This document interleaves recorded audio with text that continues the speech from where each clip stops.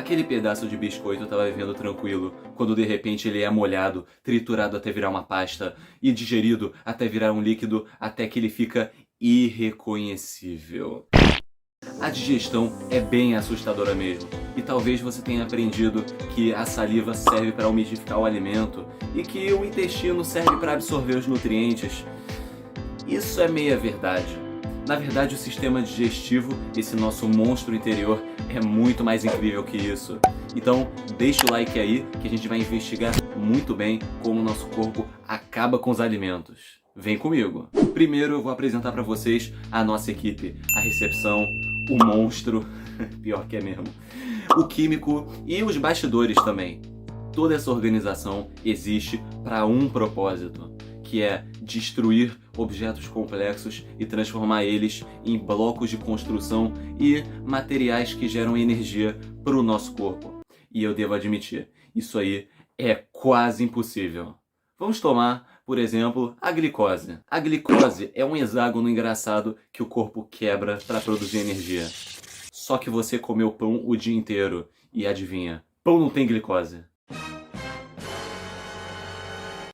Ou seu corpo vai à falência, ou ele dá um jeito nessa situação. E, pensando bem, na verdade, existe o amido no pão. O amido é uma molécula cheia de glicoses, com centenas e centenas de glicoses em cadeia, formando um enorme emaranhado. E o pão é lotado de amidos, o que na verdade só piora a situação. Porque na verdade agora, o corpo não tem que simplesmente separar de moléculas de amido, o corpo além disso tem que quebrar os amidos para liberar a glicose. Um triturador, por exemplo, mal consegue fazer o primeiro passo, imagina os outros. Mas eu sei que tem uma coisa que você consegue fazer muito bem, que é dar o like aqui nesse vídeo, se inscrever no canal e ativar o sininho para ficar por dentro dos conteúdos incríveis desse canal que vem toda semana, coisas que a escola não te mostra. E não são só moléculas de energia, como a glicose, que estão dentro das preocupações do nosso corpo. Na verdade, o nosso corpo precisa de blocos de construção o tempo inteiro, porque constantemente nossos tecidos ficam morrendo e sendo repostos por tecidos novos. E se você é uma criança, então, pior ainda, porque a criança está literalmente sendo construída. Então, o que você tem comido o dia inteiro para ajudar seu corpo? Queijo! O queijo é feito de cadeias enormes de proteínas super complexas lá dentro, que o nosso corpo jamais sonharia em ter na sua composição. Por sorte, as proteínas são feitas de vários aminoácidos, que também são as mesmas unidades que compõem as nossas proteínas. Então, ufa, você se salvou. A solução vai ser igual ao caso da glicose para amido.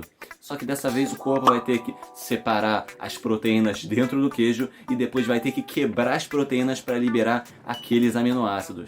Então, só uma equipe incrível como essa para conseguir resolver esse problema. Vamos ver exatamente como eles fazem. Tudo começa na recepção calorosa que a comida tem na boca. Mas antes que você fique pensando que a boca só serve para molhar, mastigar e engolir a comida, eu tenho que fazer uma observação aqui para você. Enquanto você estava conversando lá com a sua amiga, os bastidores por trás da boca já estavam trabalhando muito. As glândulas salivares. Mesmo quando a gente não está comendo, as glândulas salivares estão liberando muita água dentro da boca o tempo inteiro. E antes de você me corrigir e chamar essa água de saliva, eu devo dizer, 99% da saliva é água. Então, chamar a saliva de não água é a mesma coisa que chamar o vapor de uma sauna aromatizada de vegetais gasosos. Você vai chamar de vapor. Mas eu devo admitir, aquele 1% faz total diferença. Por exemplo, enquanto você estava conversando com seus amigos, existiam bactérias na sua boca crescendo e defecando ácido nos dentes. Então, parte daquele 1% da saliva serve para comprar briga com aquelas bactérias sujas. A saliva tem anticorpos na composição dela que realmente lutam contra aquelas bactérias. E ainda tem um plus nessa história toda. A acidez dessa defecagem das bactérias vai corroendo o esmalte dos dentes com o tempo, tirando o cálcio e fósforo dos dentes. A saliva tem bicarbonato que combate essa acidez e faz com que esses sais de cálcio e de fósforo voltem para o esmalte dentário. Ah, sem falar na limpeza da boca.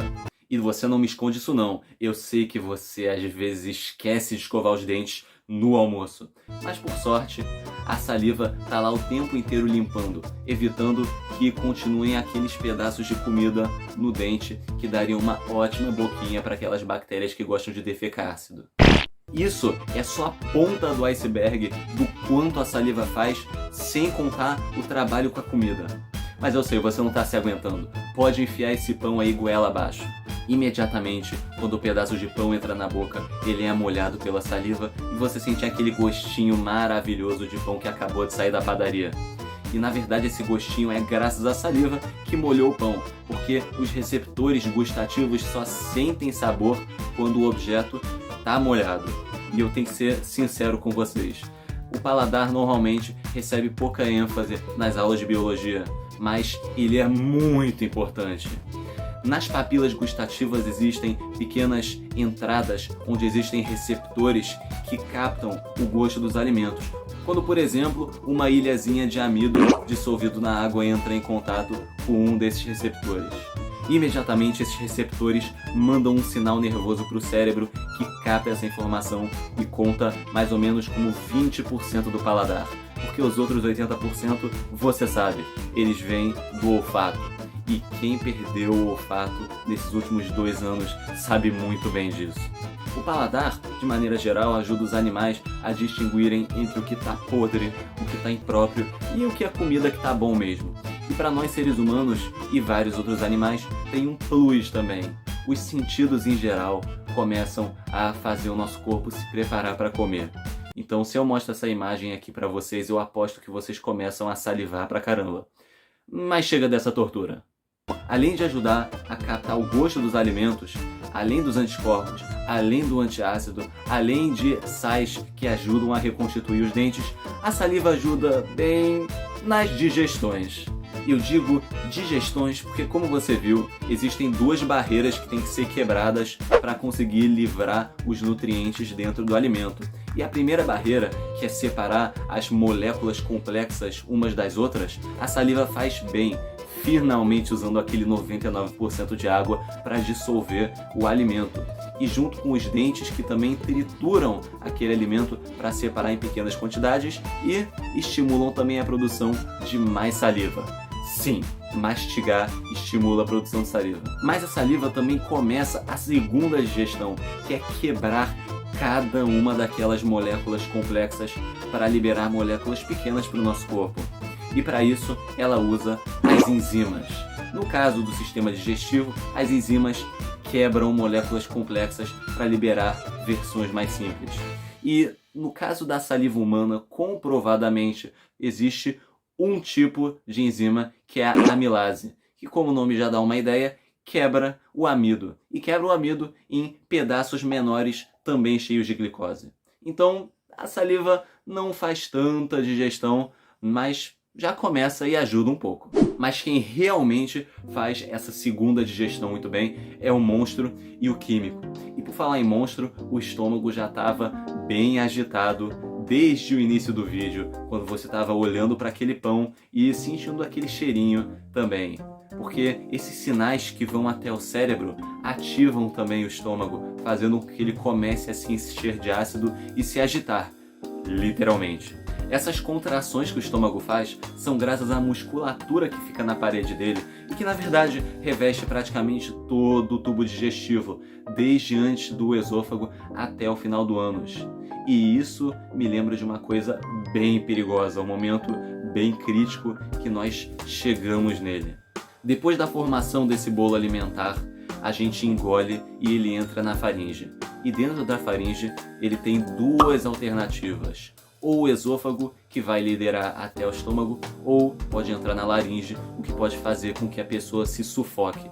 O que lamentavelmente acontece com milhares de pessoas por ano. Mas por sorte, existe um músculo que fica nessa região chamado de glote. Então você, que é uma pessoa inteligente, vai mastigar com calma e engolir com calma esse pedaço de pão para que a glote possa tranquilamente conduzir esse bolo alimentar para o esôfago, para onde ele tem que ir. O esôfago então vai levando o alimento até o estômago, pelos movimentos peristálticos, que é essa contração que eu falei antes da musculatura do tubo digestivo. E aí então a partícula chega no estômago. E aí... Oi? O quê? A produção falou que para continuar assistindo você tem que clicar nesse vídeo aqui em cima. E se não apareceu nada, na verdade meus parabéns, você está acompanhando o canal com bastante incidência. Então eu infelizmente tenho que dizer que você vai ter que esperar até semana que vem. Por agora, confere esses vídeos aqui e semana que vem a gente fala do monstro e do químico. Eu encontro vocês no próximo domingo. Fui!